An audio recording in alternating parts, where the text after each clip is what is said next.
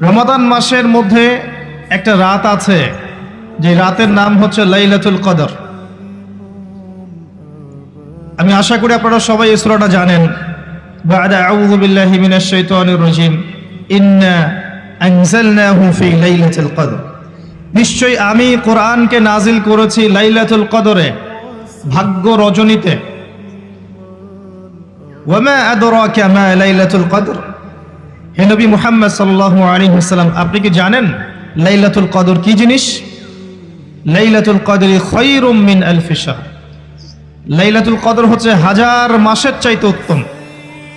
এখানে গাণিতিকভাবে ব্যাখ্যা করতে যাবেন না, 1000 মাস সমান সমান কত বছর হয়, ব্যাপারটা এমন নয়। এখানে আধিক্য বোঝানো হয়েছে। হাজার হাজার মাস ইবাদত করলে যে নেকি হয়, এক রাত ইবাদত করলে সে নেকি হয়ে যাবে ইনশাআল্লাহ। এই রাতে কি হয়? স্পেশাল তানাজ্জালুল মালাইকাতু ওয়ার রূহ। এই মাসে আল্লাহর পক্ষ থেকে আল্লাহর ফেরেশতারা নেমে আসেন। কোথায় নেমে আসেন? পৃথিবীতে। তাদের সর্দার হিসেবে থাকেন জিবরাইল আলাইহিস সালাম। তানাজ্জালুল মালাইকাতু ওয়ার রূহু ফিহা বিইذনি রাব্বিহিম। আল্লাহর রবের আদেশে তারা এই কাজটা করেন। মিন কুল্লি আমর, প্রত্যেকটা বিষয়ের ফয়সালা হয় এই রাতে।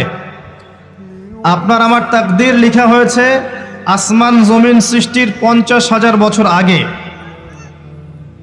আপনার আমার তাকদীর লেখা হয়েছে আসমান জমিন সৃষ্টির 50,000 বছর আগে। আল্লাহ পাক সমস্ত সৃষ্টির তাকদীর লিখেছেন প্রথম দফায়।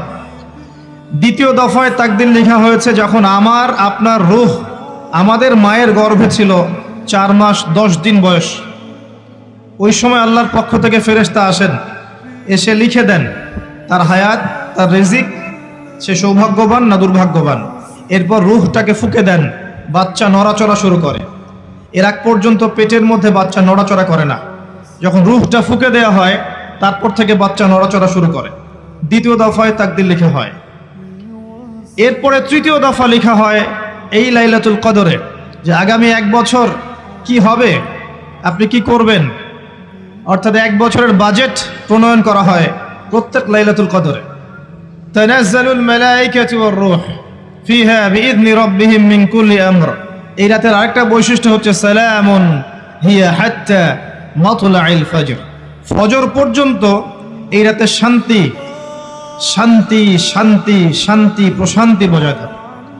এই রাতে আপনি যে দোয়া করবেন, যে কোনো দোয়াই করবেন, যদি আপনার রিজিকটা হালাল হয় ইনশাআল্লাহ কবুল হয়ে যাবে। যে কোনো দোয়া।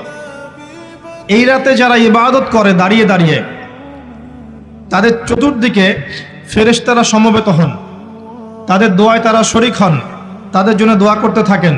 ঠিক তখনই দেখবেন মুমিন বান্দার চোখ দিয়ে টপ টপ করে পানি পড়া শুরু হয়েছে। আপনি ফিল করতে পারবেন যে আপনার দোয়া আল্লাহ কবুল করছেন। এই রাতের ইবাদতকে 1000 মাস দিয়ে গুণ করলেও কখনো সমান হবে না। একটা রাত ইবাদত করলে আপনি হাজার হাজার মাসের নেকি পাচ্ছেন। এই সুযোগটাকে ছেড়ে দেওয়া যায়?